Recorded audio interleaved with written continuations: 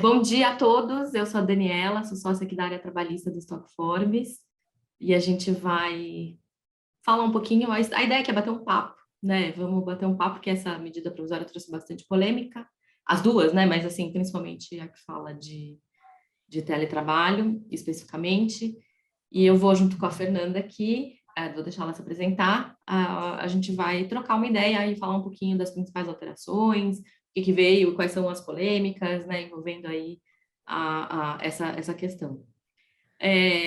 O que a gente pede só, a gente vai fazer a apresentação e aí fiquem à vontade para fazer pergunta.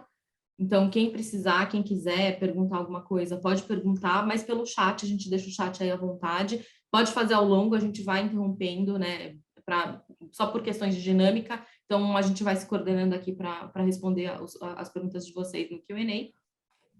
Mas é isso, a gente está aqui à disposição, a ideia é a gente trocar, né? Eu gosto sempre de falar que é uma troca.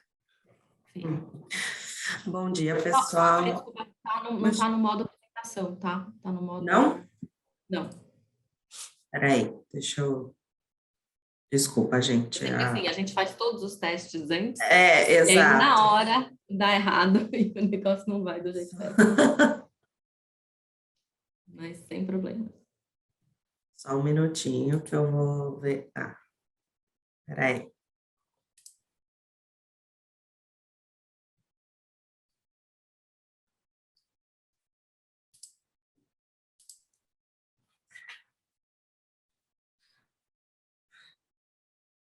Eu já até vou aproveitar e ver que a Carla já levantou a mão. Não sei se ela já tem alguma dúvida ou se ela quer fazer alguma colocação. Eu não sei, Carla, pode ficar à vontade para falar, né? Se quiser escrever. Só lembrando que só dá para falar pelo chat, né? Pelo chat,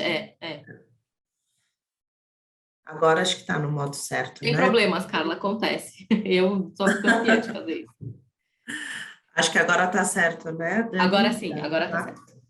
Bom dia, pessoal. Eu sou Fernanda, sou advogada sênior aqui da área trabalhista do Stock Forbes, trabalho junto com a Dani há alguns aninhos já, e estou muito feliz aqui de estar essa manhã aqui com vocês, e para falar desse assunto que era para facilitar, mas veio aí polemizar, Como né? sempre.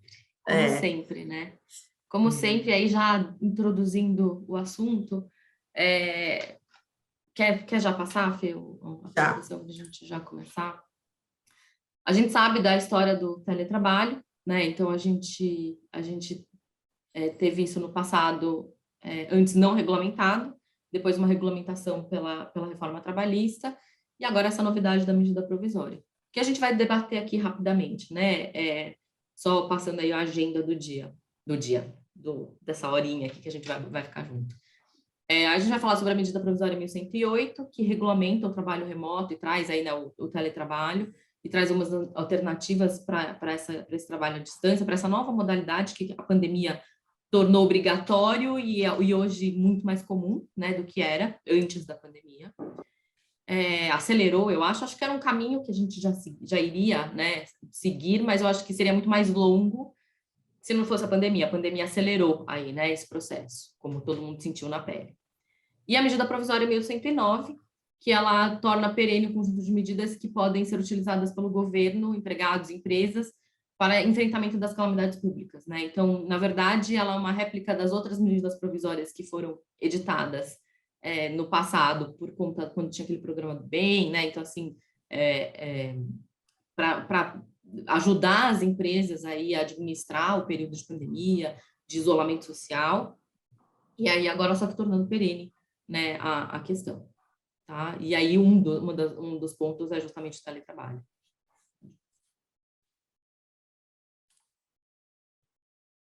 Aí, das medidas trabalhistas alternativas, já só para a gente dar uma pincelada, né, quais são as alternativas trazidas pela 1109, na verdade, tornadas aí disponíveis, né? Mas a gente tem que lembrar que é sempre relacionado a uma calamidade pública. Então, não é que, a empresa está passando por um período de dificuldade financeira. Se não estiver atrelado à calamidade pública, a gente não consegue se valer dessa medida provisória. Então, tem aí né, um gap aí, né, que é importante, né, que não é para uma situação financeira da empresa, mas sim um estado de calamidade pública, e aí essas alternativas de forma permanente, né, estabelecidas como alternativas para ajudar a empresa a se manter e assim, como forma de proteção do trabalho. Aí a teletrabalho, que a gente já vai pontuar mais adiante, antecipação de férias individuais, concessão de férias coletivas, aproveitamento e antecipação de feriados, banco de horas e suspensão da exigibilidade do FGTS. A suspensão da exigibilidade, mas com pagamento posterior, né, que ele deixa de ser aplicável, né, é sempre só com um período ali de fôlego para o recolhimento, para depois poder recolher sem encargos. O banco de horas, que é o banco de horas inverso que a gente fala, né? É o você primeiro aproveita e depois compensa trabalhando, né? O correto é sempre trabalhei e depois eu compenso. Então, aí essa alternativa. As antecipações de feriados, as férias coletivas, a antecipação de férias individuais, esse também é um outro ponto que não é comum, né? Que pode ser tornado comum decorrente de calamidade pública, antes você não poderia antecipar as férias. E o nosso teletrabalho.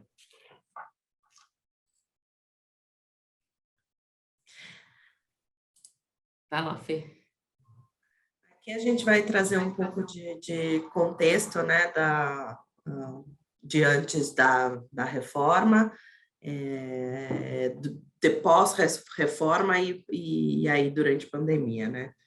Então, pré-reforma trabalhista era a aplicação de regras concernentes ao controle de jornada, né? Então, não tinha já né? Tinha algumas empresas que aplicavam, mas o home office, mas sempre com controle de jornada, né? Não tinha nenhuma regulamentação nesse sentido, enfim. Sempre dava margem para muito questionamento, né? Então, era aquela dúvida. Poxa, mas eu só trabalho de casa, eu não tenho como controlar a jornada, eu não sei se a pessoa está trabalhando ou não, é só a entrega dos trabalhos, mas eu não sei se ela está ali trabalhando às 8 horas do dia ou não. Como é que eu controlo? Como é que prova que, na verdade, ela não trabalhou no horário que ela deveria trabalhar e começou a trabalhar só no final do dia, e aí entrou madrugada dentro, e por isso que parece que são horas extras. Então, sempre aquela dúvida com relação, né, a essas situações em que se trabalhava de casa, né? Tinha esse trabalho remoto. Exato. Né? E não tinha previsão nenhuma da ausência de controle, né? Então, né, da excludente de controle. Que veio com a reforma trabalhista, que né, trouxe lá inseriu o inciso 3 no nosso artigo 62 dos excludentes de controle de jornada, e aí, então, passou-se a não ter controle de jornada para aquelas pessoas que trabalhavam preponderantemente fora das dependências do empregador, né? E essa questão de preponderantemente, né, também trouxe uma certa polêmica, porque muita gente não sabia aí dizer o que era preponderante, né? Ou 3 vezes já por semana em home office já é preponderante, né? Muitos juízes entendiam que, na verdade, somente, né, só aplicava a exceção, né, do artigo 62.3 para aqueles empregados que, de fato, compareciam na empresa só para atender reuniões uma ou outra específicas, reunião, né? de forma bem Questões pontual. de forma bem pontual. Aqui, e aí, Fê, desculpa te interromper, mas só para complementar, o ponto era claro, né, que então assim não aplicava jornada de trabalho para quem exercia teletrabalho. Mas o que era caracterizado como teletrabalho é que tinha um pouco de margem de questionamento. Mas quer queira, quer não, você tinha uma definição da questão da preponderância, né? Então, pô, aí entra no mérito do que é preponderante, se é um preponderante de 80%, 90% ou 51%, né, do tempo. Então, assim, entra no mérito, né? Entra numa questão ali mais subjetiva, mas você tinha um critério que a gente pode até dizer que era relativamente objetivo, né? Que era a preponderância. Exato. E aí veio a MP 1108 e tirou, né, na verdade, tirou não, alterou aí o artigo 62, dizendo, né, que só não vão ter controle de jornada aqueles que trabalham remotamente, e aí de forma preponderante ou não, né? Então, aí ele trouxe essa flexibilidade, mas aí só para quem tem contrato por produção ou tarefa, ou seja, aqueles empregados que têm contrato por jornada, né, que é a grande maioria, aí não se enquadraria mais na exceção, no excludente do controle de jornada do 623. Aqui, eu acho que aqui o grande ponto de novidade, né, e dúvida também é justamente a questão de produção-tarefa. Eu acho que você pode passar, Fê, mas a nossa grande questão aqui foram que as alterações trazidas, elas tiveram até uma boa intenção, né, de tentar esclarecer as dúvidas. Eu acho que esse foi o intuito do legislador, eu quero crer que esse tenha sido o intuito do legislador, trazer aí esclarecimentos em relação a alguns pontos que geravam dúvidas em relação ao teletrabalho, principalmente que foi enaltecido, né, no período de pandemia, né? Então essa dúvida ficou muito mais crítica, e agora com o retorno, com o fim, né, do estado de emergência, com o fim, né, da situação e a volta, entre aspas, à normalidade, aí a necessidade de regulamentar isso, porque, de fato, na prática, a maioria das empresas tem adotado aí ou um sistema híbrido ou um trabalho remoto integral. Então, há necessidade de regulamentar e esclarecer essas dúvidas. Mas, no fim, como sempre acontece, o texto não é extremamente claro e dá margem para discussão e dá margem, né, para questionamentos.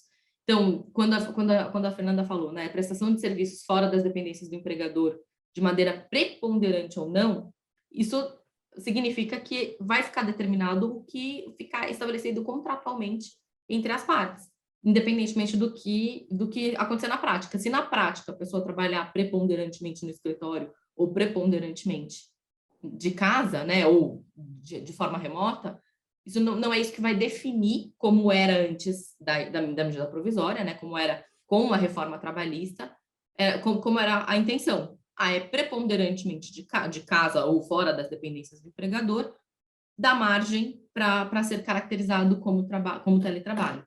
Agora não, agora essa característica de preponderância física, né, onde fisicamente eu vou estar alocado, se é dentro das dependências do empregador ou num local por ele indicado, ou fora das dependências, independentemente, né, na minha casa, num hotel, ou, enfim, numa praça, numa praia, enfim, né, aonde eu quiser trabalhar, né, mas de forma remota, isso não importa, porque o teletrabalho vai ser definido, aí eu acho que a gente pode passar, Fê, vai ser definido pelo tipo de atividade que é produção ou tarefa. Porque essas são as grandes novidades, né, o controle de jornada, independentemente de ser preponderante ou não, e a questão da preponderância, né, preponderantemente fora das dependências ou não, isso é um ponto que traz aí a questão do híbrido, né? Então, esse trabalho híbrido poderia ou não estar sujeito aí ao controle de jornada, desde que o trabalho seja por produção ou tarefa.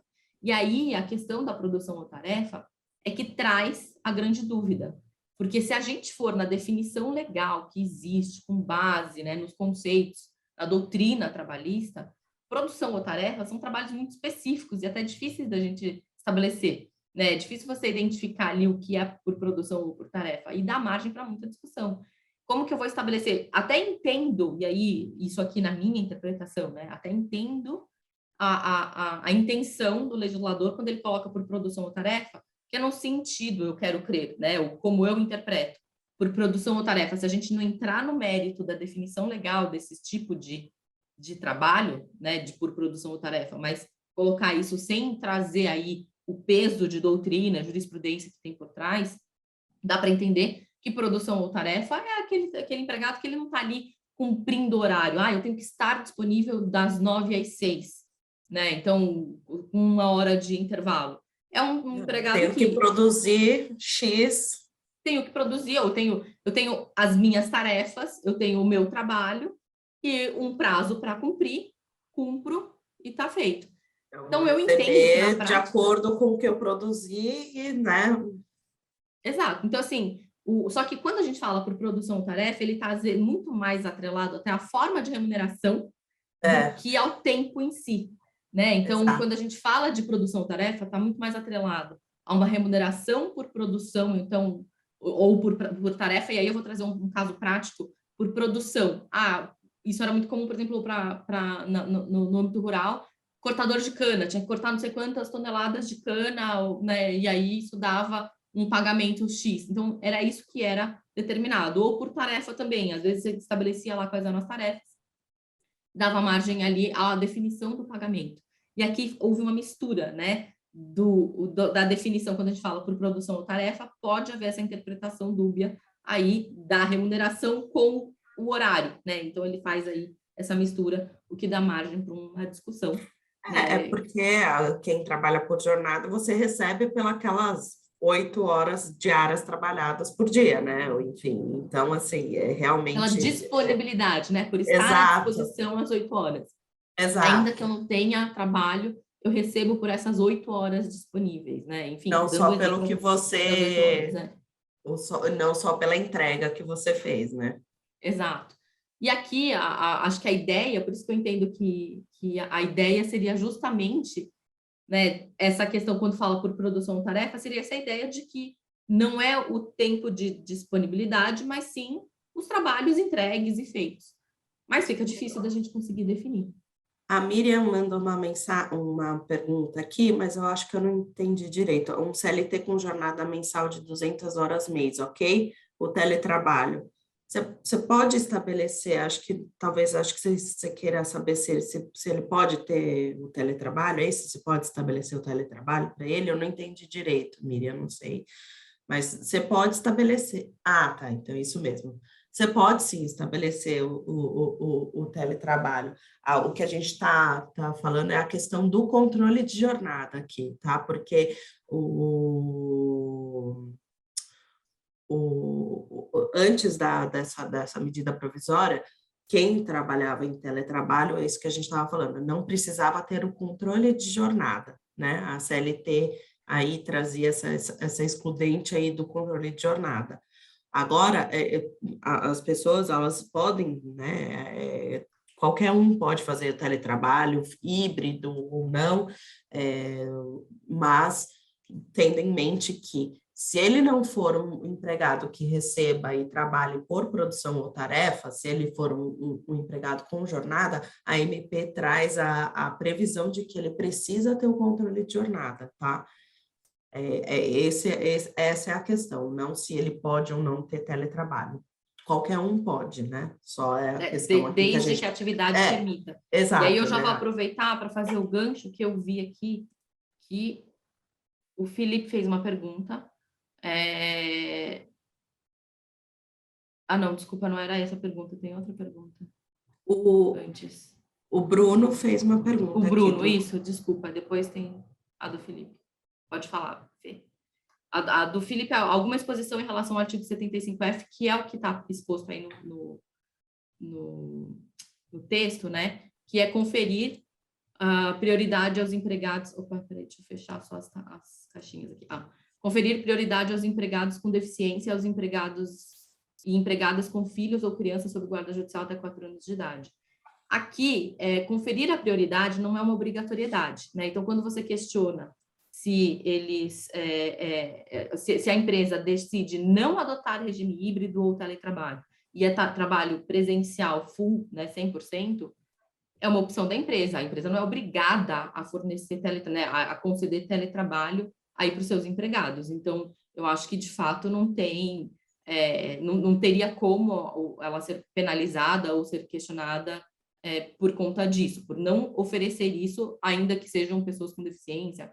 Agora, um ponto que é importante principalmente quando a gente fala de PCD, a empresa precisa ser acessível, né? Então, a gente entra aqui um pouco numa outra questão, né, que não é o fórum aqui, mas a empresa precisa ser acessível, então ela precisa ter ali a estrutura necessária para atender o empregado com né, o PCD, enfim, e ali a questão do empregado com filho, enfim, aí entra na questão de ter creche ou de pagar ali um auxílio creche se for, mas aí dentro do que a regra estabelece. Não há uma obrigatoriedade de se estabelecer teletrabalho, né? Então, por isso que ela fala conferir prioridade, ou seja, se você for estabelecer um teletrabalho, né, que seja, e você tenha duas pessoas, vamos supor, né, para alocar um PCD ou com filhos, né, que tenham ali até 4 anos de idade, e outra não, então, se tiver que escolher entre as duas, você teria que dar prioridade para uma. Mas se não existe essa possibilidade de teletrabalho, eu entendo que não faz sentido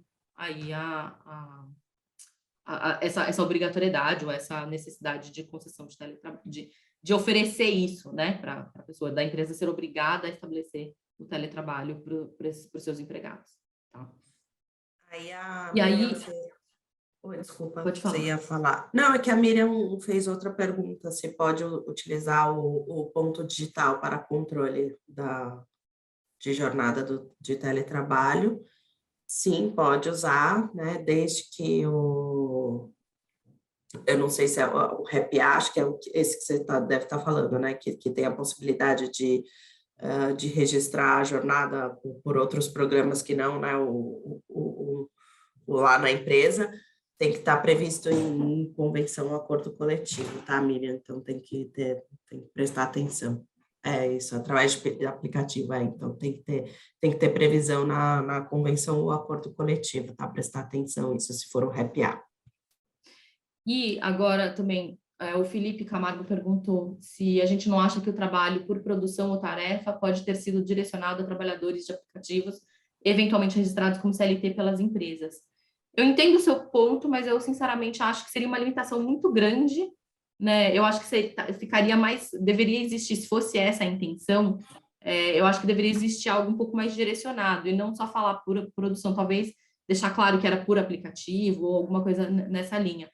Eu entendo mais que a ideia era justamente. E aí, por que eu uso isso? Depois a gente até vai chegar. Tem um projeto de lei anterior à medida provisória, de 2020, inclusive, que ele era bem extenso e ele trazia diversas questões e ele era muito mais claro em relação às questões de teletrabalho. Então, eu acho que a intenção, por meio desse projeto de lei, eu acho que dá para a gente identificar um pouco mais qual que era a intenção do legislador. Só que na hora de editar MP, isso não foi transcrito ali, né? Então, assim, aproveitou-se algumas ideias, algumas coisas, mas não o projeto como todo, que estava melhor redigido, na minha opinião.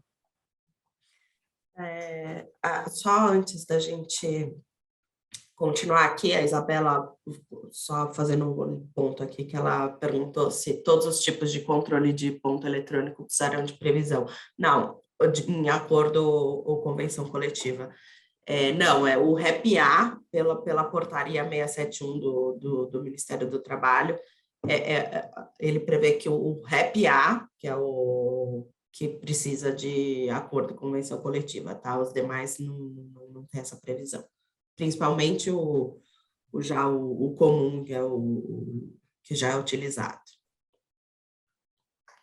E aí, acho que a última pergunta que apareceu aqui para a gente é da Juliana Ribeiro. Ela pergunta se a MP é aplicável no momento, porque no âmbito federal não estamos em calamidade, certo? Dessa forma, devemos seguir a CLT, que indica teletrabalho, não tem controle de jornada? E aí, sim, ela se aplica, né? Porque a gente está falando de uma MP que está alterando a CLT. A outra MP, que era 1109, ela sim está atrelada à calamidade e àquela necessidade de alocação das pessoas, na possibilidade de alocar as pessoas em teletrabalho. Mas aqui não, aqui é a regulamentação do teletrabalho mesmo, né? A alteração da CLT. Então, ela está em vigor e ela seria aplicável agora, né? Que a gente sempre tem, como é medida provisória, sempre tem a questão dela ser convertida ou não em lei. Mas a gente vai chegar lá nesse ponto, né? Só para não antecipar aqui um pouquinho o papo, mas, de fato, ela já é aplicável sim, tá? E aí, só para concluir, né? O que a gente tem ali de teletrabalho desse slide especificamente, né?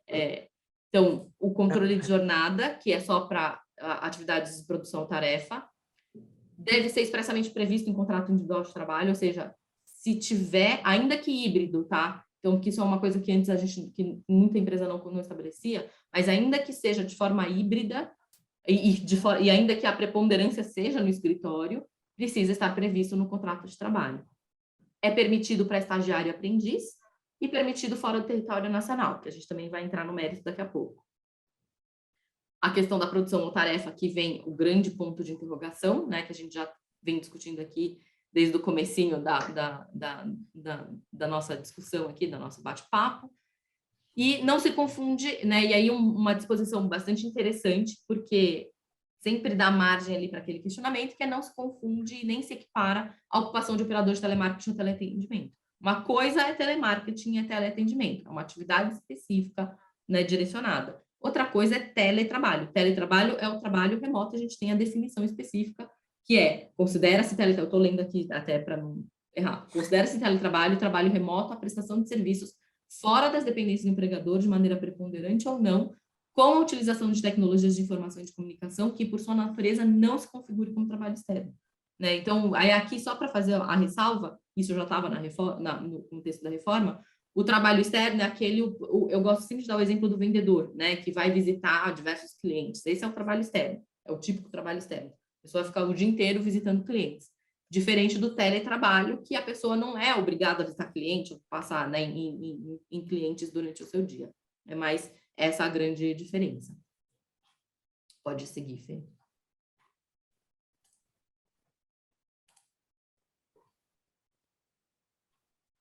E aí a medida trouxe novas alternativas para gerenciar o trabalho à distância, né? A questão do trabalho, a gente volta na questão da produção-tarefa. Um ponto, pode passar, isso. E aí outro ponto importante, que tem um pouco a ver com essa questão que às vezes era confundida com teletrabalho, tempo à disposição, né? Ou até, enfim, um stand-by ali, que é o uso de equipamentos tecnológicos, então, computador, celular, tablet, enfim, o que for, não, né, e de software ou qualquer outros tipos de ferramentas, né, ou aplicações da internet utilizados para o teletrabalho, fora da jornada de trabalho, não constitui tempo à disposição, regime de prontidão sobre aviso. Por quê? Porque é justamente para identificar e falar, olha, como eu não consigo, e aí vem o grande ponto, né, do produção ou tarefa versus o tempo à disposição. Se é por produção ou tarefa, eu vou administrar o meu dia e trabalhar de acordo com o que eu preciso fazer. Então, eu sei que eu preciso ligar para X clientes, eu preciso fazer tais relatórios, eu preciso, enfim, lançar informações no sistema, mas eu não vou fazer isso durante a parte da manhã, porque de manhã eu tenho que atender meu filho, eu tenho que fazer não sei o quê, então assim, eu paro e vou fazer isso começar a fazer isso só depois do almoço. E aí trabalho e entro até o começo da noite fazendo o meu trabalho. O uso fora da jornada normal de trabalho não quer dizer que eu estou ali à disposição, né? Não quer dizer que eu estou à disposição, por quê? Porque a gente faz essa contraponto com produção ou tarefa. Mas aí vem a dúvida, né? Mas e a produção ou tarefa não é aquela modalidade que eu tenho que ser remunerado por produção ou tarefa? E aí, então aqui, ao invés de ajudar e facilitar, trouxe mais questões, trouxe mais dúvidas, né? Trouxe mais questionamento. Eu vou colocar até aqui, eu vou puxar só para a gente. A gente está tendo várias dúvidas aqui, Dani, também nesse. Já vou, só para eu concluir aqui o pensamento, aquele projeto de lei que eu estava mencionando, o que ele falava? Olha o texto, eu vou ler para vocês, é o projeto de lei, a gente tem mais para frente na apresentação, é o projeto de lei 4030, se não me engano. Bom, o número eu não vou lembrar de cor, mas o que ele falava? Qual que era a alteração que ele trazia? Equipara-se ao regime de teletrabalho, inclusive para fins de aplicação do disposto no inciso 3, artigo 62 da CLT, o regime misto, assim considerado que abrange na mesma semana de trabalho períodos de teletrabalho e períodos de prestação dos serviços nas dependências do empregador, desde que a duração destes últimos seja inferior à metade da duração semanal do trabalho, total do trabalho do empregado. Ou seja, lembra aquela questão da preponderância que a gente estava discutindo no começo, e que era o texto da reforma trabalhista, né, que era o trabalho preponderantemente fora das dependências do empregador, era considerado teletrabalho, portanto, não sujeito ao controle de jornada. Quando a gente traz para a medida provisória e ela inclui produção ou tarefa, ela cria aí essa dúvida, e de forma preponderante ou não, então ela cria mais dúvidas em relação ao que era. Essa outra projeto de lei, ele era muito mais claro, né? Então você vê que ele esclarecia a dúvida do preponderante, se era mais do que 50% ou se era 98%, né? Então ele deixa muito claro que é mais do que 50%, é preponderante, não tem dúvida, isso é teletrabalho, então ainda que ele vá para o escritório, não está sujeito ao controle de jornada. Então, aqui vem um ponto, né, que eu acho que, de novo, sempre às pressas, quando vem medida provisória, porque o certo, na verdade, eu acho, e acho que isso é até um ponto esse não é um tema que deveria ser atribuído por meio, né, ser aplicado por meio de medida provisória, sim, porque a gente já passou, né, o período de emergência, de necessidade, de definição disso, já foi lá em 2020, né, não agora. Então, isso deveria ter sido aprovado por meio de um projeto de lei, justamente para gerar um debate mais aprofundado e melhor, e direcionando melhor o texto da lei. Né? Então, aqui, só para a gente pincelar, depois eu passo para vocês o número direitinho do projeto, mas só para pincelar que, de fato, se tivesse talvez seguido pelo projeto, pelo caminho, né, do projeto de lei, a gente tivesse uma definição mais clara. Aqui, de novo, a gente vai ficar à mercê, né, do judiciário definir o que ele entende por produção ou tarefa, o que estaria englobado aqui dentro ou não. Isso, Né? se for convertida em lei. Exato. Se for convertida. Que ainda a gente corre o risco de que daqui uns dias já ir tudo por água abaixo. Daqui a um tempo. A Vitória Maia, ela perguntou assim, como fazer, voltando para a questão do telemarketing, como fazer contraprova desse questionamento de telemarketing pela atividade em si? Sim, telemarketing é uma atividade bem específica, tá? Então, assim, realmente quem trabalha, a nós, por exemplo, né, que há advogados que trabalhamos, os dias que a gente está trabalhando de casa, não pode ser considerado como telemarketing, né? É uma atividade bem específica, né? Então, assim, pela atividade... Telemarketing é uma atividade cuja atividade é fazer o marketing por meio de ligações. Então, ele tem ali uma característica própria específica, uma função específica. Né? Então, teleatendimento também, né? O fato de você ficar remoto, né? E por mais que seja acessível, por mais que eu passe o dia inteiro fazendo reunião e call, né? Como eu acho que muitos de vocês devem fazer, né? No computador ali, fazendo videoconferência, enfim, isso não quer dizer que isso é um telemarketing, né? O telemarketing é o marketing por telefone, né? Então, traduzindo ali, então é aquela pessoa que trabalha e fica ou fazendo ligações, então ela pode ser o passivo ou ativo, né? Ou ela faz ligações, fica o dia inteiro ligando para a pessoa para tentar vender algum determinado produto, ou ela recebe ligações também vendendo ou atendendo, né, questões, enfim, como um serviço ali de atendimento por telefone. Então, é diferente, de fato, a gente não consegue ter ali, existe essa confusão, fica muito claro pela atividade, tá? Então, aí, óbvio, agora, se você estiver, né, fazendo referência a alguma atividade que dá margem para algum tipo de discussão se seria ou não telemarketing, aí é um outro patamar, é uma outra discussão. Mas o teletrabalho como um todo, porque o teletrabalho se aplica para qualquer atividade que possa ser feita de forma remota. Só não funciona, né, o teletrabalho para quem trabalha na produção, por exemplo. Né? Eu tenho que estar lá na linha de produção, né, apertando lá um parafuso ou enchendo uma garrafa, enfim, fazendo o que for necessário para fazer. Aí eu não consigo realmente fazer por teletrabalho. Agora, principalmente atividades administrativas, back-office, né, isso, ou atividades que você... E hoje em dia estamos cada vez mais tecnológicos, né? Então, essa possibilidade de teletrabalho, a tendência é aumentar, né? Aumentar a gama de profissões e de atividades que podem ser feitas de forma remota. Mas, e aí você mesma já respondeu, então não se aplicaria... Não, a forma da gente conseguir fazer a contraprova de que não é telemarketing é justamente pela própria atividade. Aí vem definição de cargo, né? Aquelas descrições de cargo, a prova até testemunhal do que a pessoa efetivamente faz, né? Trocas de e-mails em relação à atividade, enfim, então isso fica muito mais evidente, fica mais fácil da gente evidenciar aí o que é telemarketing ou não. O Rafael Roque perguntou como que o controle pessoal do horário conversa com a necessidade do controle de ponto. Como é que é? Desculpa. Como que o controle pessoal do horário conversa com a necessidade de controle de ponto? Acho que ele está falando aí, pelo que eu entendi, aí, Rafael, se eu tiver interpretado de forma errada, você me corrija, tá? Eu acho que eu estabelecer a minha jornada, o que eu vou fazer naquele dia, e isso conversar com o controle de ponto. Então, assim, se eu tenho lá aquelas 8 horas diárias e não posso extrapolar aqueles horários, enfim, acho que é isso que ele está... E aí vem a grande questão, né? Essa é a grande dificuldade do teletrabalho, né? Porque você não consegue, na medida que você está presencial, eu venho para o escritório, né? E estou aqui dentro do escritório, eu estou dentro das dependências do empregador, eu estou sob o seu olhar, né? Vamos chamar assim. Então, fica mais fácil de fazer esse controle. Quando eu estou de casa, você pode existir, aí, desculpa, pode existir esse controle pessoal, né? De eu criar, administrar o meu tempo para as tarefas que eu tenho que fazer do trabalho versus as tarefas, né, de casa, né, para eu equilibrar isso e como que eu vou endereçar isso, isso pode fazer. O que não pode, obviamente, né, o fato de eu estar em teletrabalho não significa que eu possa recusar, mas foi marcada uma reunião num horário que eu não quero, aí eu não vou fazer, não, aí, né, então assim, entra aí, você pode também, um perigo a gente ir para um outro caminho de insubordinação, de não querer, né, trabalhar num horário ou atender reuniões que são marcadas pelos seus superiores, né, pelos superiores, ou enfim, ou para atender clientes. Tá?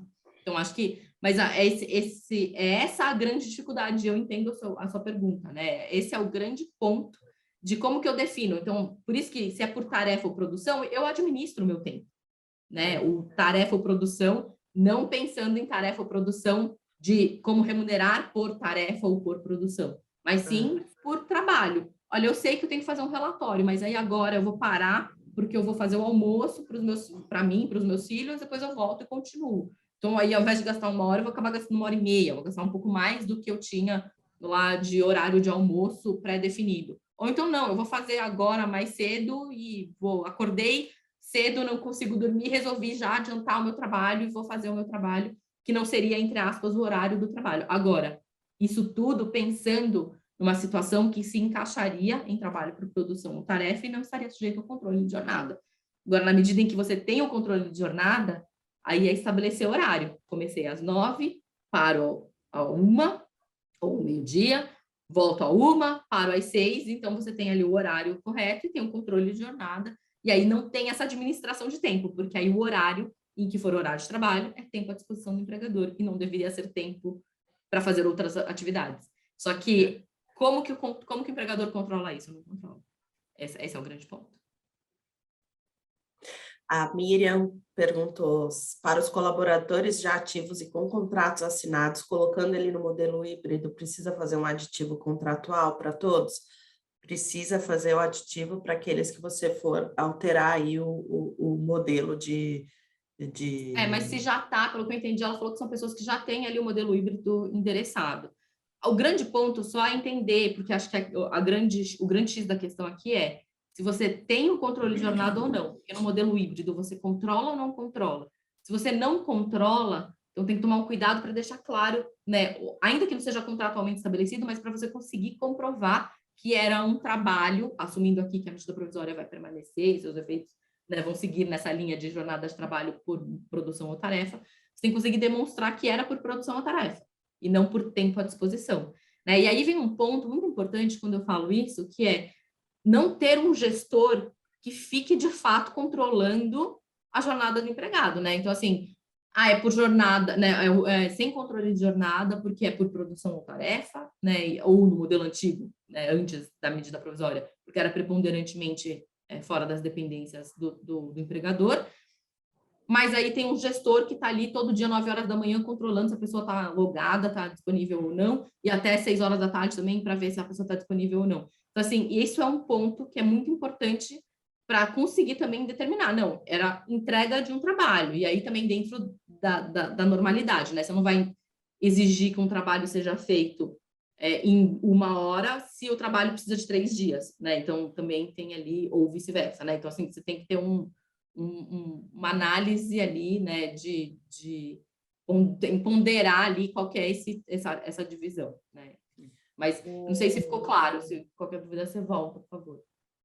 A Vanessa Pereira perguntou, não existe sobreaviso, então, no regime de teletrabalho? O artigo 75B aqui, parágrafo 5º, fala, né, é expresso nesse sentido, de que não significa tempo à disposição, né? Mas é obviamente aí que sobreaviso sempre é uma questão aí também de Não, prova. mas assim, na prática não, né? Não deveria. Não, prática não, exato. Não deveria. Não significa que não deveria. você... Na prática tem... e no texto, né? O texto legal, ele traz essa previsão. Então, não deveria ser caracterizado como tempo à disposição. Ou sobreaviso, né? Enfim, o que for, mas É óbvio que, assim, sempre a gente tem as questões e atividades que podem dar margem para um questionamento, mas não deveria. Eu entendo que realmente o sobreaviso não se aplica no regime de teletrabalho na forma como a legislação o define. Exato. A Miriam Santos tem outra pergunta aqui. A empresa pode suspender o teletrabalho quando julgar necessário? Sim, é uma prerrogativa da empresa, né? Aí instituir o teletrabalho ou não. Aí sempre, né, pensando também que isso é bom sempre estar expresso no contrato ou aditivo de contrato de trabalho, que a empresa pode ou não a qualquer momento, né, suspender o teletrabalho. Só que aí tem aquela regra do tempo, né? Do, De avisar, né? Com exato, né? prazo de 15 dias. Então, assim, pode, mas ela tem ali que observar uma regrinha ali de retorno ao presencial, né? Até para a pessoa se organizar. Se a pessoa, ainda que ia de forma híbrida, se a pessoa só ia 2 vezes por semana para o escritório, né, para a empresa, e aí ela passa a ter que voltar aí todos os dias, nesses 2 dias ela tinha algum esquema, né, estabelecido de, sei lá, de não ter babá para os filhos, por exemplo, né, de ter ali uma situação até de transporte, enfim, então tudo isso são questões que de fato precisam de um tempo para a pessoa até se organizar para poder voltar ao presencial. Então esse é um ponto importante só para ter em mente, que você pode sim suspender o teletrabalho, porque isso é uma prerrogativa do empregador, né? Então determinar o teletrabalho ou não, como eu falei lá no começo, é uma prerrogativa do empregador, mas ela precisa criar o tempo necessário para isso, tá? Para que a pessoa possa voltar.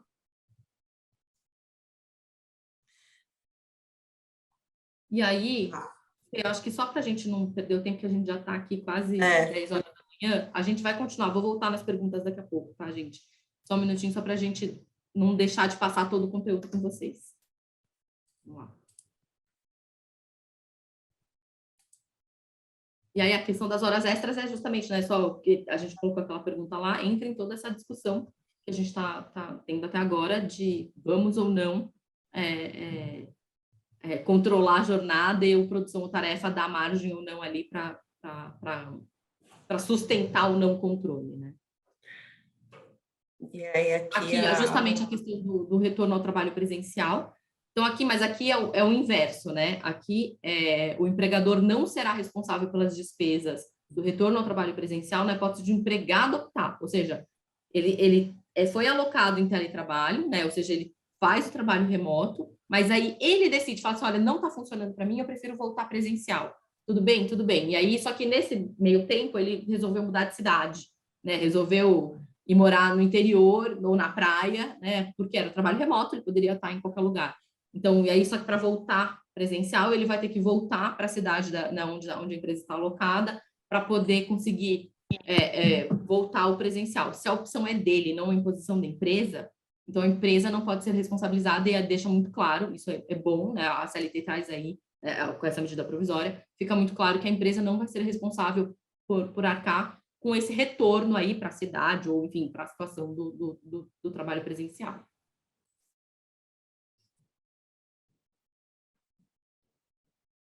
Então, quem será o responsável? Na verdade, pelo que fica, né, de acordo com esse artigo que a gente acabou de ver, quem é o responsável acaba sendo o próprio empregado, né, o próprio trabalhador que resolveu fazer isso. E o empregado pode se recusar a retornar ao trabalho presencial? Essa é uma grande questão, né? Mas, no princípio, não. Desde que o empregador observe, né, todos os pontos, né, de comunicar com antecedência para o retorno presencial, criar ali, né, todos essas condições para que o empregado retorne, ele não poderia, porque é uma prerrogativa do empregador definir isso, né? Então, ele não poderia. Agora, qual que é a grande discussão, né? Porque a gente está tratando e a gente está pensando aqui num modelo hoje de pandemia, de calamidade pública, né, em que houve um isolamento social e que agora as pessoas estão voltando ao trabalho. Então, a gente tem um contexto ainda aqui que é o medo, o receio de voltar, né, a questões emocionais. Então, aqui o que a gente sempre, às vezes, pondera é criar ali um período de transição para esse retorno, para não ser uma imposição direta, imediata, e criar ali dar um pouco de respiro, vamos falar assim, para a pessoa poder retornar. Mas ela teria que retornar, né? Então, assim, não tem Isso continua sendo uma definição da empresa e não do empregado, né? A não ser que a empresa deixe como uma opção, né? E aí, acho que talvez o grande ponto possa ser discutido e que fragiliza é se o empregado foi contratado sempre para fazer um trabalho remoto, né? Sempre, e na medida em que a empresa exige que passe a ser presencial, isso seja considerado como uma alteração lesiva. Aí sim poderia, né, dar margem para uma discussão e eventualmente dar razão para o empregado ali, né, de querer, enfim, até alegar uma rescisão indireta ou alguma coisa assim por uma alteração lesiva. Eu acho que essa é a fragilidade, né? Agora, se já era presencial, foi para um período, né, usando a pandemia como exemplo, foi para um trabalho remoto por conta da pandemia, como uma proteção e uma questão de saúde pública, de isolamento social, de obrigatoriedade, e agora o retornar presencial. Então, são dois momentos diferentes. Uma coisa é pandemia, era trabalho presencial, foi todo mundo para o remoto por uma questão de isolamento, de obrigação, né, de cumprimento legal, porque o próprio governo impôs isso, e aí depois o retorno presencial. Nesse caso, o empregado, no entendo que ele não poderia se recusar a retornar. Óbvio, a não ser que ele tenha ali, né, atestados, ou porque ele está com algum tipo de problema psicológico por conta disso, né? Teve muita gente que desenvolveu síndrome do pânico, né, que ficou aí com questões por conta da pandemia. Então, isso é uma coisa, mas aí a gente entra num outro mérito, que é uma doença, de fato, que precisa ser tratada. Exato. Outra coisa é um empregado que é contratado num modelo híbrido ou num modelo remoto full-time, e aí é imposto para ele o trabalho presencial. Muda-se ali o conceito e é imposto para ele o trabalho presencial. Aí sim, nesse caso, um risco ali do 468 ser aplicável. Gente, me deu um calor aqui, eu vou tirar o casaco. Esquentou.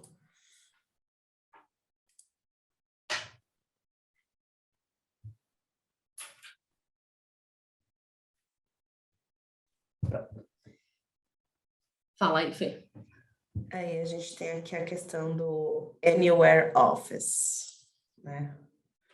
Que aí pode, né? A MP trouxe aí a previsão de que o empregado pode optar pela realização de teletrabalho fora do território nacional, aplicando-se a legislação brasileira, né? Exato. E aí aqui, isso é uma tendência, né? E se a gente até parar para pensar assim nas novas gerações, né? Essas gerações tá cada vez mais, né? Essa facilidade, eu diria assim, né? De eu poder trabalhar de qualquer lugar do mundo, né? Vou morar ao redor do mundo, cada mês num país, ou cada ano num país, ou mesmo dentro do Brasil, mas que a gente tem um país de dimensão continental, né?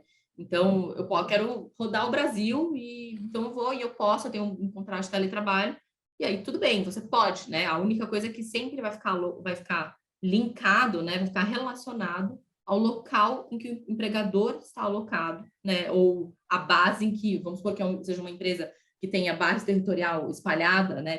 Pelo Brasil, mas aí ela estabelece, vai ser São Paulo, vai ser o Rio, vai ser Recife, vai ser Brasília, né? Então, enfim, ela define qual é a base onde aquele empregado vai ser alocado, e ali ele passa a ser considerado, né? Então, aquelas são as regras, inclusive norma coletiva, que serão aplicáveis, da base onde ele é alocado. Aí eu acho que eu sei que a gente está com tempo curto aqui, mas é que tem uma pergunta interessante que eu acho que dá para a gente fazer o link com esse Anywhere Office. O Arnaldo está falando, no caso do home office, como fica a questão da ergonomia? A NR17 deve ser aplicada à risca? Isso significa que as empresas devem comprar cadeiras e mesas para os empregados, alterar o sistema de iluminação da casa da pessoa, se for ineficiente? Então, é uma questão bem controvertida, essa questão da ergonomia e segurança e saúde do trabalho, né? Principalmente essa previsão aqui do Anywhere Office, que você pode trabalhar observando-se a legislação brasileira, mas trabalhar em qualquer lugar. Então, assim, realmente fica bem difícil esse controle da ergonomia. E até fazendo aqui um ponto, pensando na reforma trabalhista mesmo, né? Quando ela veio, ela trouxe essa previsão, né? De que a empresa, ela deve treinar os seus empregados em relação às questões ergonômicas, né? Então, idealmente, óbvio, a gente quanto mais possibilidades você der, então, assim, eu vou te oferecer, né, cadeira, mesa, mas, assim, nem todo mundo tem um local apropriado para uma mesa, para uma cadeira, então, depende, e a E empresa a não empresa pode, não né? tem obrigatoriedade de Não tem fornecer. obrigatoriedade, isso vai dentro da definição da política que ela for implementar. Exato. Mas muita empresa acaba, não, eu vou para garantir, né, até como uma forma ali de mostrar, né, a sua preocupação, para garantir de que o empregado vai ter um local adequado, eu vou dar ali um montante X que é suficiente para comprar uma cadeira adequada, ou eu vou fornecer a cadeira e a mesa, né, só que assim, a empresa não tem ingerência sobre a casa da pessoa, né, então não tem ingerência sobre o local onde ele vai trabalhar. E eu também não tenho como controlar se ele vai, de fato, sentar naquela mesa, naquela cadeira que foi fornecida, ou se vai trabalhar do sofá ou da cama, que eu confesso que muitas vezes eu faço trabalho do sofá também errado, destrói a coluna, né? Mas às vezes acontece, a gente senta no sofá e fica lá trabalhando com o laptop no colo. Tá errado, né? Então, o que precisa ser feito? A empresa precisa fornecer, né, fazer um treinamento dos empregados e fornecer esse treinamento dos empregados para que eles entendam qual é o jeito certo, em que altura que o computador tem que estar, o mouse, o posicionamento, a cadeira, né, a melhor forma de sentar, né? Então, você passa por todo um treinamento indicando e até explicando o porquê da necessidade de usar a cadeira e a mesa que foram fornecidas ou de que se encontre dentro da casa um local que seja mais adequado para isso, para poder justamente demonstrar que a empresa se preocupou. E aí, o que eu acho que é importante, óbvio, você não tem como ir fiscalizar se o empregado comprou a cadeira, se ele o senta naquela mesa, né? Então, assim, você não tem como fazer essa fiscalização e ir lá. Apesar de que até tem empresas que até se oferece para ir lá e fazer uma avaliação, né? Mas se o empregado não quiser que o empregador vá dentro da sua casa, ela não pode impor isso, né? Então, esse é um ponto aí importante para a gente ter em mente.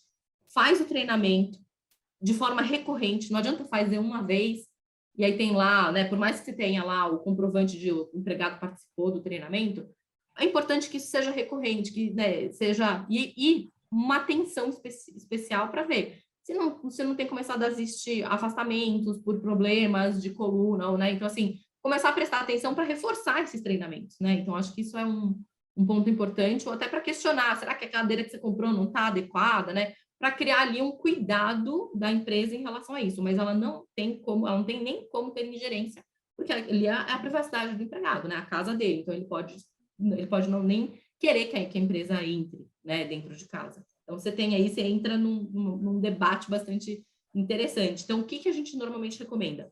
Que a política e o contrato seja muito claro em relação ao que vai ser oferecido pela empresa, né? Se eu vou dar um auxílio para a aquisição desses móveis, para que ele tenha, ou se eu vou fornecer os móveis especificamente para a pessoa, né, se adequar em relação a isso. E eu não sei, eventualmente até exigir o comprovante, né, ou fazer até, tipo, eu te dou, mas eu preciso do comprovante para te reembolsar, ou eu te pago, mas você tem que depois me apresentar o comprovante da aquisição desses móveis. Enfim, são pontos aí importantes. Fê, só volta um pouco, quero só chamar atenção para o projeto de lei que eu tinha falado, gente, é esse aqui, ó, 4931 de 2020. A gente colocou aqui porque o projeto de lei, inclusive, lá em 2020, já mencionava a questão do Anywhere Office, tá? Então, ele também já trazia essa possibilidade de você trabalhar até de fora do país, né, e ficar alocado e vinculado aí à empresa, né, ou o estabelecimento que a empresa determinar. Então, isso... A Vitória está falando aqui que já estão recebendo até ações com pedido de ergonomia, eu imagino, Vitória. Não, E e ela vai, fez é isso. um ponto que é bastante difícil, né? Como é que você consegue comprovar?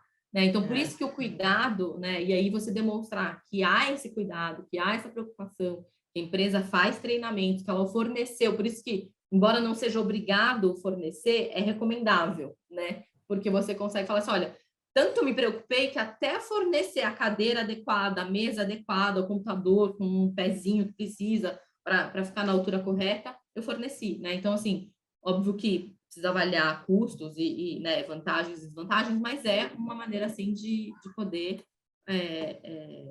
minimizar, eu não vou dizer que você vai eliminar, mas pelo menos minimiza o risco de questionamentos e discussões aí nesse sentido. Vai, Fê.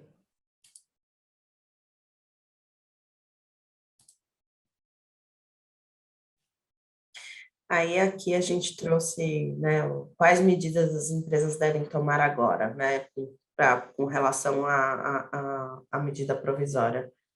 Aí aqui a gente colocou que o empregador ele tem duas opções: cumprir imediatamente a medida provisória e passar a controlar a jornada de quem está exercendo, né, o teletrabalho, seja assumindo que há uma dificuldade em definir que é por produção ou tarefa, tá? Desculpa, Fê, te interromper. Mas assumindo que existe uma dificuldade em comprovar que a atividade é por produção. Passar a controlar de quem já exerce que já está ou em sistema híbrido ou em teletrabalho full-time e pagar eventuais horas extras, ou então aguardar aí o desfecho, né, ver se essa medida provisória vai ser convertida ou não em lei, e se ela for de fato convertida, passar a aplicá-la e aí alterar o controle de jornada aí desses empregados que estejam trabalhando de forma híbrida ou em teletrabalho, né, em home office. Mas aí, assim, mas aí, em qualquer uma das duas alternativas, infelizmente, a pergunta, né, que eu sei que vem mas eu não vou correr risco? Vai. Em qualquer uma das duas alternativas.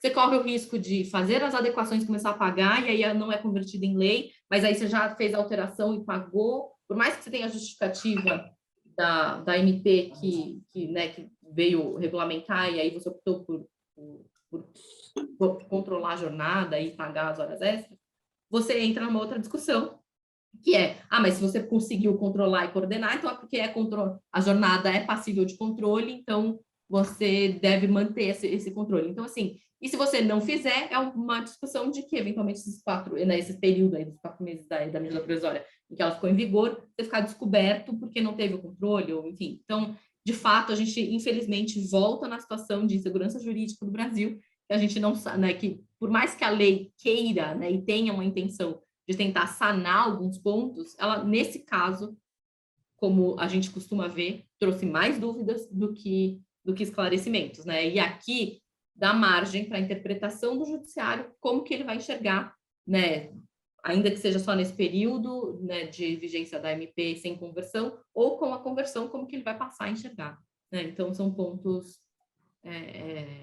importantes aí que para avaliar, né, a sua aplicação ou não, para avaliar aí como seguir em frente. Agora, um ponto que é indiscutível se você não adota ou se você quer regulamentar a questão principalmente de jornada de trabalho, né, de trabalho híbrido, né, presencial mais remoto, né, ainda que seja lá qual for a preponderância, é importante que os contratos de trabalho sejam auditados. Isso sim, para deixar claro, pelo menos, que existe esse trabalho remoto e híbrido, né? E aí, se for pela opção de não controlar, também para deixar claro que tem isso e por isso não controle, né? E eventualmente até tentar trazer algo que deixe claro ali ou criar situações que você consiga depois comprovar que a atividade era por produção ou tarefa, ainda que não seja a definição jurídica doutrinária que a gente tem por produção ou tarefa, né, remuneração por produção ou tarefa, né? Que tentar segregar uma coisa é remuneração por produção ou tarefa, outra coisa é produção ou tarefa para fins de controle de jornada.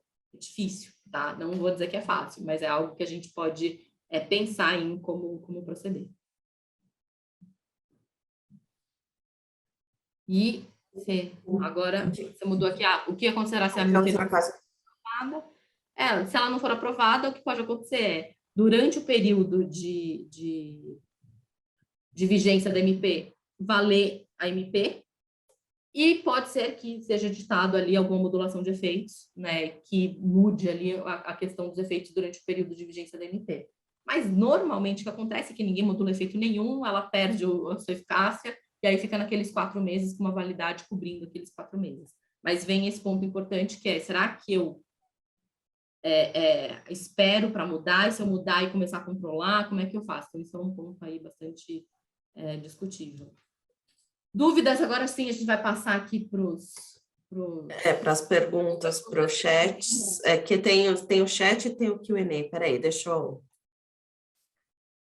Do Q&A, eu acho que... Vamos primeiro para o chat, depois a gente passa para o Q&A? No chat eu não sei, me perdi qual foi a última pergunta que a gente respondeu. Tá, peraí, que eu acho que foi...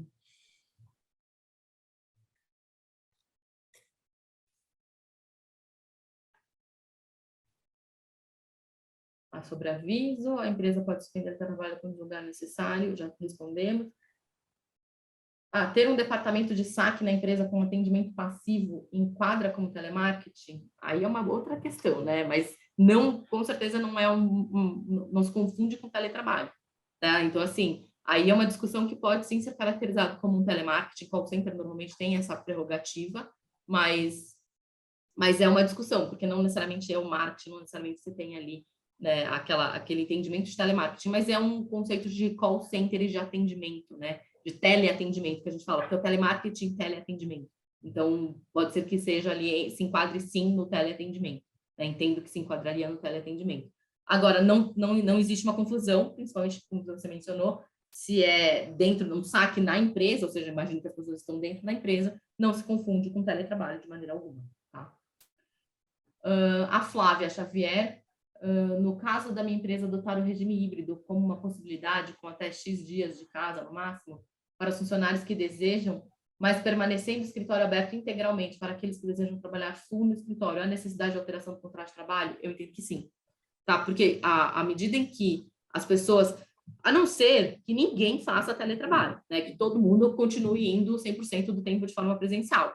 Mas como existe a possibilidade do trabalho remoto, né, do teletrabalho, é bom que tenha assim, uma previsão, até para deixar claro que é uma opção do empregado ir ou não para o escritório, né, e fazer aí adotar ou não aí esse regime, seja com dias específicos, né, com limite mínimo, enfim, ou limite máximo, enfim, eu acho que precisa, sim, aditar, para não dar margem para uma discussão e, eventualmente, alegar que isso não estava valendo, ou não tinha uma regra clara. É sempre bom, e aí esse é um ponto que eu gosto de falar, é sempre bom deixar claro.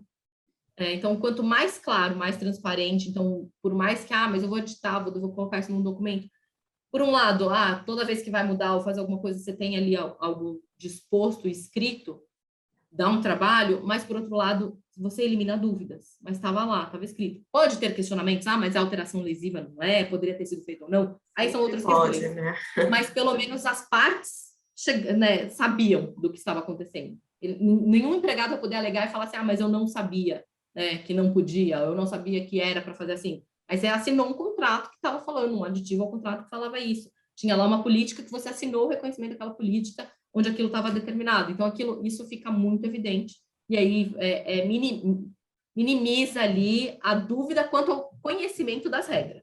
Né? Agora, se as regras são lesivas ou poderiam ter sido implementadas ou não, aí é uma outra discussão. Aí depende do que vai ser estabelecido. A Rose faz uma pergunta interessante também. O controle de jornada se aplica a 100% dos empregados em teletrabalho ou empregados com remuneração acima de 2 vezes o teto da Previdência não se aplica? Então, aqui ela está querendo trazer a figura do hipersuficiente. Nem sempre o hipersuficiente vai ter um cargo de gestão ou confiança que seria excludente, né? O que a gente pode, né, fazer aí para quem é o hipersuficiente, né? Lembrando que tem que ganhar 2 vezes o teto e ter o curso superior, tá? Não basta ter um salário só acima. Você tem que ter formação superior. Você pode ter um acordo específico com esses empregados, né? Mas um ponto que eu queria trazer aqui... Desculpa, Fê, pode falar.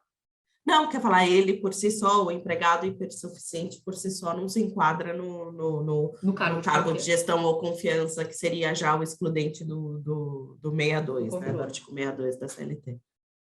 Um ponto que eu acho que é importante a gente trazer, que são essas diferenças, né? Uma coisa é cargo de confiança e é excludente de controle de jornada, outra coisa é o teletrabalho. Então, assim, Vamos supor que a gente esteja falando de um hipersuficiente ou não, mas uma pessoa que tem um cargo de confiança e que, portanto, não está sujeito ao controle de jornada, e que ele vai ou não exercer, né, trabalhar em teletrabalho, né, de forma remota. Eu acho que você tem sim que fazer a previsão contratual, falando assim, a pessoa vai prestar serviços, inclusive, trabalhar de forma remota, ou vai trabalhar de forma remota exclusivamente, ou de forma híbrida, porque você estabelece o formato do contrato, se é presencial ou se é teletrabalho. Mas, independentemente de ser teletrabalho ou não, ele exerce um cargo de confiança e, portanto, não está sujeito ao controle de jornada. Então, a gente exclui a discussão do 623, que é do teletrabalho, né, o não controle de jornada para o teletrabalho, mas você deixa clara essa possibilidade de esse não controle, essa excludente de controle de jornada por conta do cargo de confiança. Então, eu exerço um cargo de confiança, eu sou um gerente, eu sou um diretor, eu tenho um cargo de confiança na empresa, sou contratado, mas eu tenho a possibilidade, deixo isso claro contratualmente, que pode ser feita, né, que o trabalho pode ser exercido num formato de teletrabalho, de forma remota, 2 vezes por semana, 3 vezes por semana, enfim, aí o que for acordado entre as partes. Isso não quer dizer que, né, o fato de eu ter um cargo de confiança que eu não preciso estabelecer ali a forma. Então, é recomendável sim você deixar as duas coisas. Quando você tem no capítulo, né, no capítulo não, desculpa, na cláusula do contrato que fala sobre jornada de trabalho, você deixar claro que não está sujeito ao controle de jornada por conta do 62, que fala sobre cargo de confiança. Mas quando você fala do modelo de contrato de trabalho, do tipo, né, da forma da prestação de serviço, você pode deixar claro que, de fato, sim, pode ter o trabalho remoto ou não. Então, você pode ter as duas coisas no contrato, sendo que o trabalho remoto não é o que define o controle de jornada ou não. O que vai definir o controle de jornada é o não controle de jornada, a excludente do controle, é o fato de ter um cargo de confiança. Aí, outra pergunta da Miriam, desculpa, posso suspender, mas devo avisar com tempo antecipado, correto? Eu não entendi o que ela quis dizer. Suspendeu o teletrabalho. O teletrabalho, entendi, para voltar ao presencial. Sim, como avisar. a Dani falou, é sempre bom dar aquele tempo, né, para todo mundo se adequar, né? Então, assim. Até eu estou procurando aqui, eu já falo para você, Miriam, só um minuto.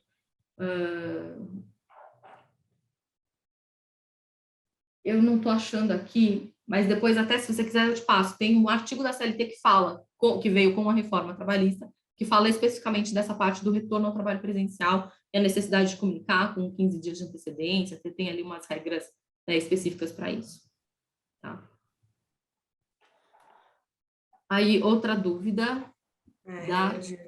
Ergonomia tem gerado aqui bastante dúvida, mas porque realmente... realmente é um ponto muito polêmico, né? É um ponto muito polêmico. Fornecimento de cadeira, tudo isso, Gabriela, fornecimento de cadeira, quais são os equipamentos que vão ser fornecidos, tudo isso tem que ser acordado entre empresa e empregados, tá? Não existe obrigatoriedade, mas se estiver acordado que a empresa vai fornecer, ela precisa fornecer, obviamente, né? A recomendação é que se forneça, ainda que não seja cadeira, mesa, né? Enfim, um escritório inteiro, mas que se forneça pelo menos um auxílio financeiro para que a pessoa adquira isso, né? Porque às vezes você vai fornecer uma mesa de 1,5 m e o espaço que ela tem é de 90 centímetros, e aí você não vai conseguir, né? Então, por isso que, ou muitas tem empresa que questiona qual que é o tamanho do espaço que você tem para colocar uma mesa e aí fornecer ali. Mas o que tem sido mais comum que a gente vê os nossos clientes fazerem, que a gente auxilia, é pagar um valor e pedir um comprovante ali de que aquilo foi usado para adquirir a mesa, a cadeira, para justamente não dar margem para questionamento. Muitas vezes, até numa lista de recomendações, quais são as cadeiras apropriadas, né? Enfim, quais são os requisitos que a cadeira tem que ter para dar o apoio na lombar, para não, enfim, tenha o apoio de braço. Especialmente para aqueles, desculpa, Dani, mas só para complementar, para aqueles que não têm a possibilidade de trabalhar no escritório, né? Ou, enfim, na localidade da empresa, né? Porque as empresas que dispõem ou falar, não, você pode vir aqui trabalhar, né? Eu te forneço aqui toda a estrutura dentro da empresa para você vir aqui, né? Acho que principalmente para aqueles que são home office puro, né? Exato, exato. Mas por isso que a necessidade, o que a gente É. recomenda, até para não colocar tudo num contrato, muitas vezes o que a gente faz, coloca num contrato que as regras serão aplicáveis conforme a política de teletrabalho. E aí você tem uma política interna que trata sobre todas essas situações de teletrabalho, e às vezes até dividido em capítulos, né? O trabalho híbrido, o trabalho 100% de casa, né?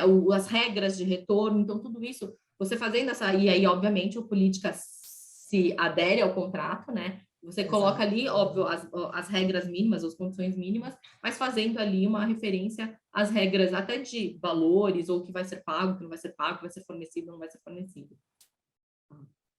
A Isabela pergunta se a empresa poderia controlar o horário através dos logs de acesso sem ter um sistema de controle remoto.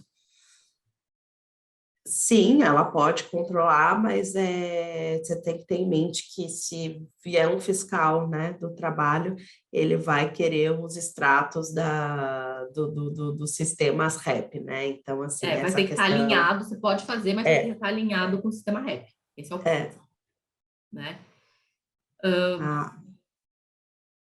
A Áurea fala, fiquei com dúvidas em relação aos colaboradores já ativos e com contratos assinados. É preciso fazer um aditivo contratual, sendo que já está em uso o modelo de trabalho híbrido?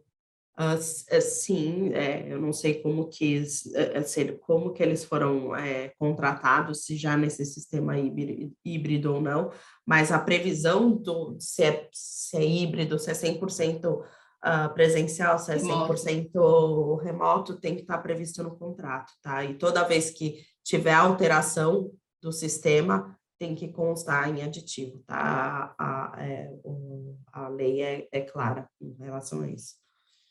Exato. A norma coletiva aplicável nesse caso, então, será de acordo com a sede da empresa? Acho que essa pergunta da Bruna é relacionada do Anywhere Office lá que você falou para estabelecer Sim.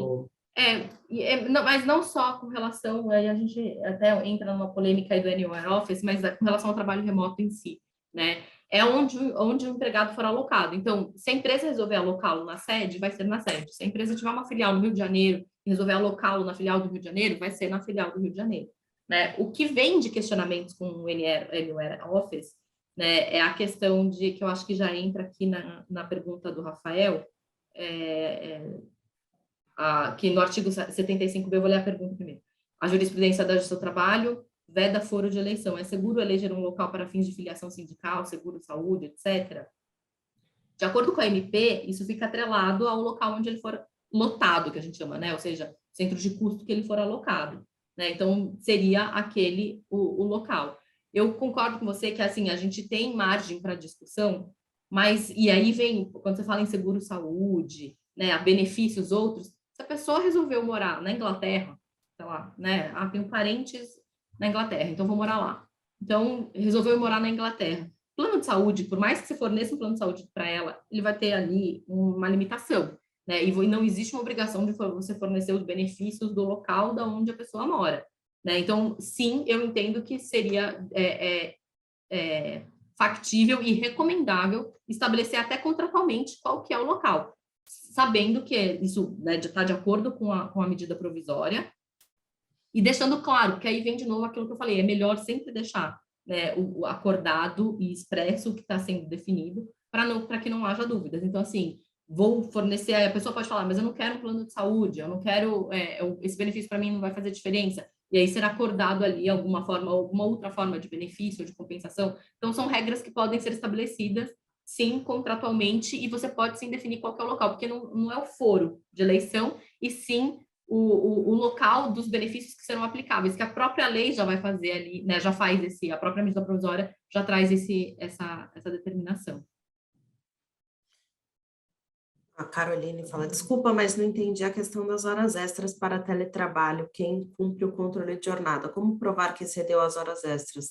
Se aplica no caso do teletrabalho? Sim, porque nesse caso você tem que ter aí, tem que estabelecer um modelo de sistema de controle.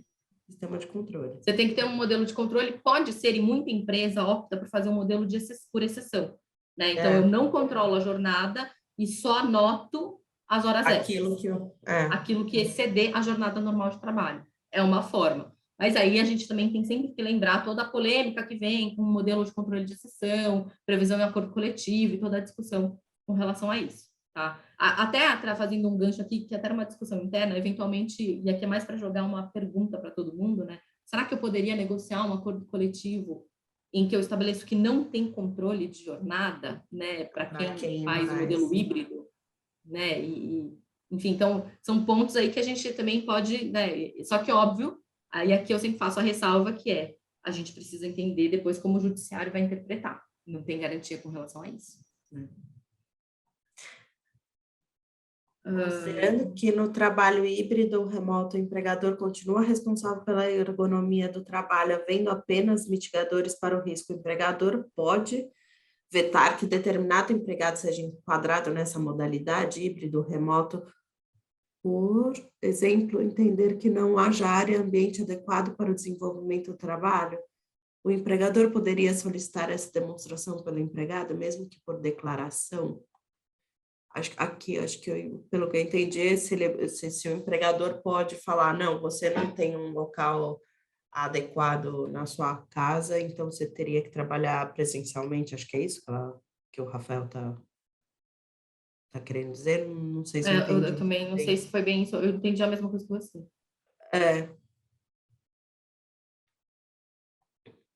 Assim, se ele entender que o empregado não tem um local adequado e ele não puder fornecer essas ferramentas, né, adequadas para que seja, que o trabalho seja exercido de forma ergonômica, eu entendo que sim, né, mas é realmente exigir uma declaração, pode até exigir uma declaração, mas aquela questão da justiça do trabalho, né? Depois vai falar assim, eu fiz a declaração, mas nunca teve fiscalização. E aí, mas você vai fiscalizar a casa do empregado? Aí acho que só. Entra Então, naquela questão da privacidade, né? E aqui, como ele fala assim, o empregador pode vetar que determinado empregado trabalhe de forma remota, né? Embora a atividade dele seja aplicável. É o empregador que define. Agora, você tem que tomar cuidado com o tratamento isonômico. Né? Se todos os pares dessa pessoa trabalham de forma remota e ele não, aí acho que vem essa questão, né? Então, você pode até pedir uma declaração, entrar nesse mérito, mas vem uma discussão, porque se você vetar, também existe esse outro lado, né? Você veta o trabalho remoto para aquela pessoa, mas todos os pares fazem trabalho remoto, e principalmente se essa pessoa se enquadrar lá naquele artigo de PCD, ou pessoas que têm filhos até 4 anos, é um outro ponto a ponderar. Então, um cuidado aí especial com relação a isso. A gente tem só mais alguns minutinhos aqui para a gente não extrapolar demais também amanhã de vocês. Eu vou só passar, mas são algumas perguntas, então acho que a gente consegue concluir aqui. Quando que vem essa data do prazo para conversão? A publicação, você lembra, Fê, qual foi a data da publicação? Não, peraí, que eu estou no modo apresentação. São 120 dias, né? São 120 dias. Então, são 4 meses contados da data da publicação para acabar ali o prazo de conversão da MP. Tá? Mas não se preocupe, a gente manda para vocês. Quando estiver vencendo ali, a gente manda para vocês, pode deixar. A gente sempre solta ali uma newsletter, a gente faz esse aviso, então se vocês ficarem, a gente publica nas nossas redes sociais e tal. Então, fiquem atentos que a gente publica isso e deixa isso claro para todo mundo. A empresa que eu trabalho pode optar pelo modelo híbrido, vejo que ainda é um risco a correr. E eu acho que vai demorar a deixar de ser, tá? Eu acho que sempre vão existir questões, mas eu acho que é uma realidade, tá? Eu acho que até como forma de retenção de empregados ou contratação de empregados, é algo que, se é uma empresa, porque uma coisa é de falar de indústria, que tem, né, chão de fábrica, que tem ali uma atividade que não é, né, passível de trabalho remoto. Agora, quando a gente fala de uma atividade que é passível de trabalho remoto, as empresas que não adotarem um modelo híbrido ou não adotarem alguma forma de teletrabalho, eu acho que elas vão perder mercado. Né? Então, acho que isso eu acho que é o futuro, né? Acho que isso é parte do futuro do trabalho. Então, assim, só que não dá para falar, eu concordo, né? Tem risco? Tem. Tem, porque ainda existe muita discussão, né? Mas, se a gente olhar a justiça do trabalho, hoje em dia, mesmo presencialmente, tem risco com relação ao controle de jornada, tem risco com relação a tanta coisa. Então, assim, é um ponto a se ponderar.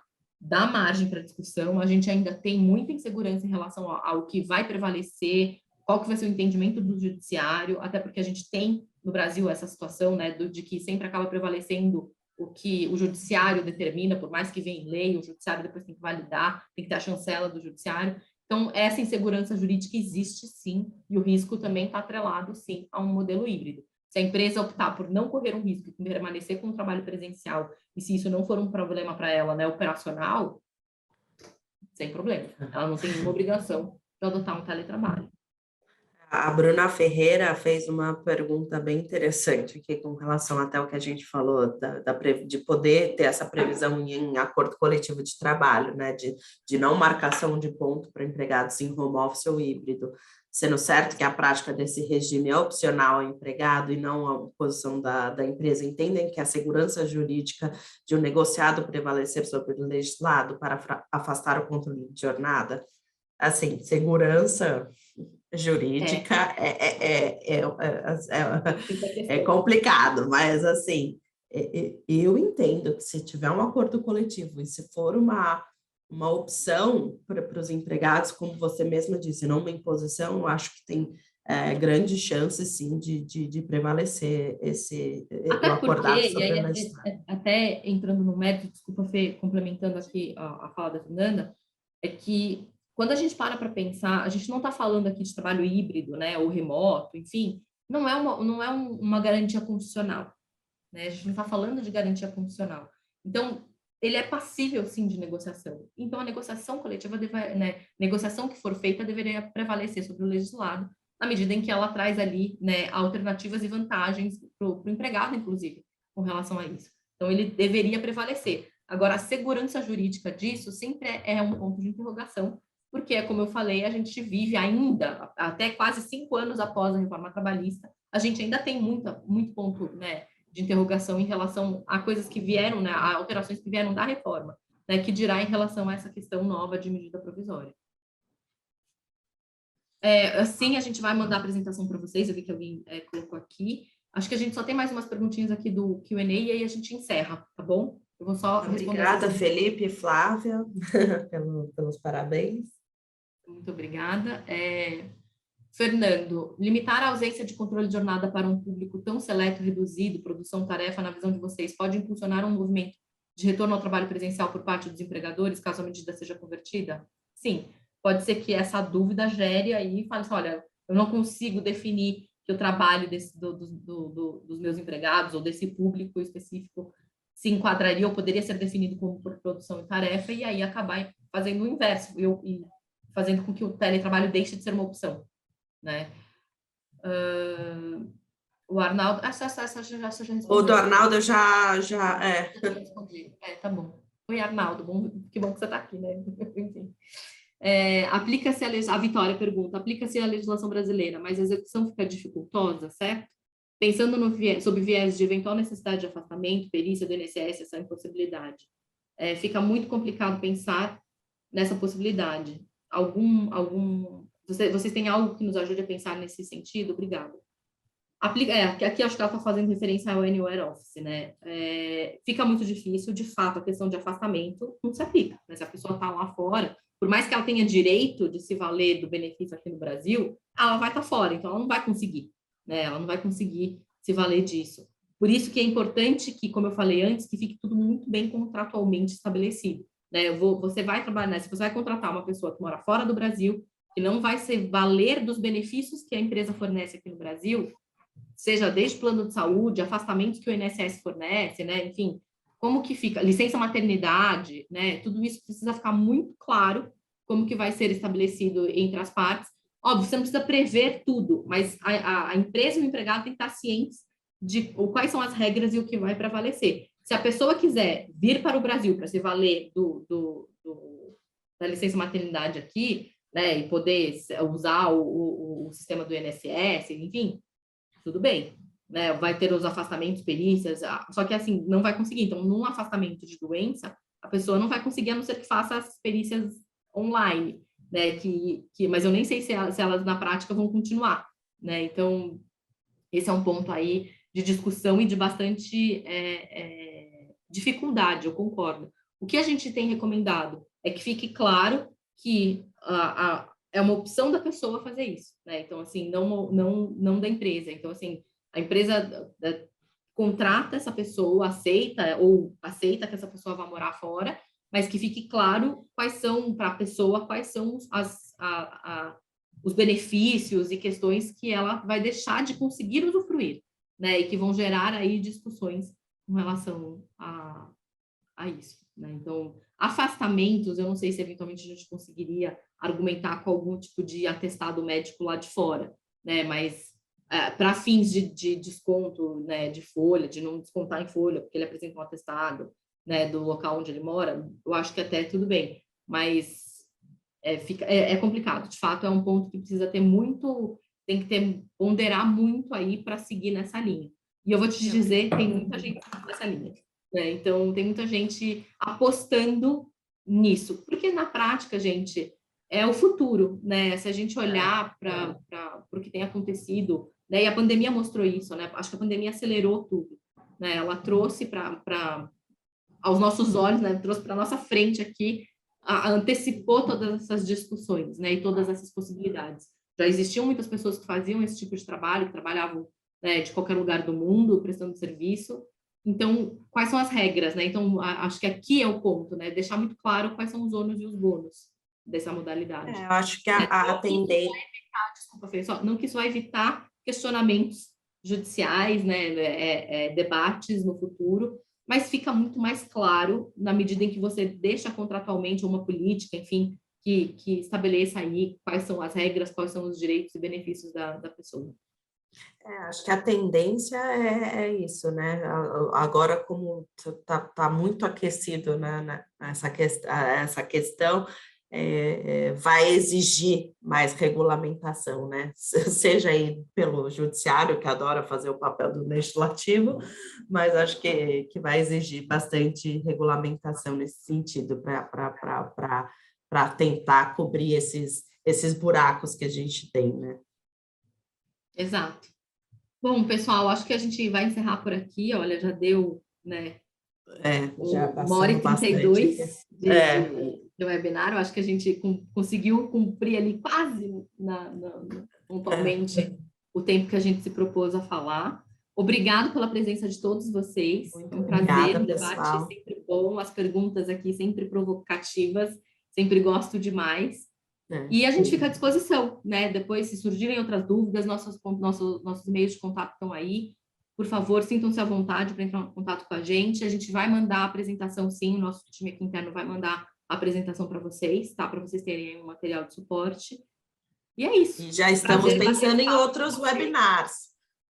Sim, sim, a gente vai... A ideia é a gente começar a fazer isso com mais regularidade, né? Até porque, do ponto de vista trabalhista, questões aqui não faltam. Então, Exato. Contem com a gente aí. Obrigada pela presença de todos, viu? Obrigada, pessoal. Um abraço. Tchau, tchau. Obrigada. Bom dia a todos. Bom final de semana para todo mundo. Aproveitem o final de semana. Tchau, tchau.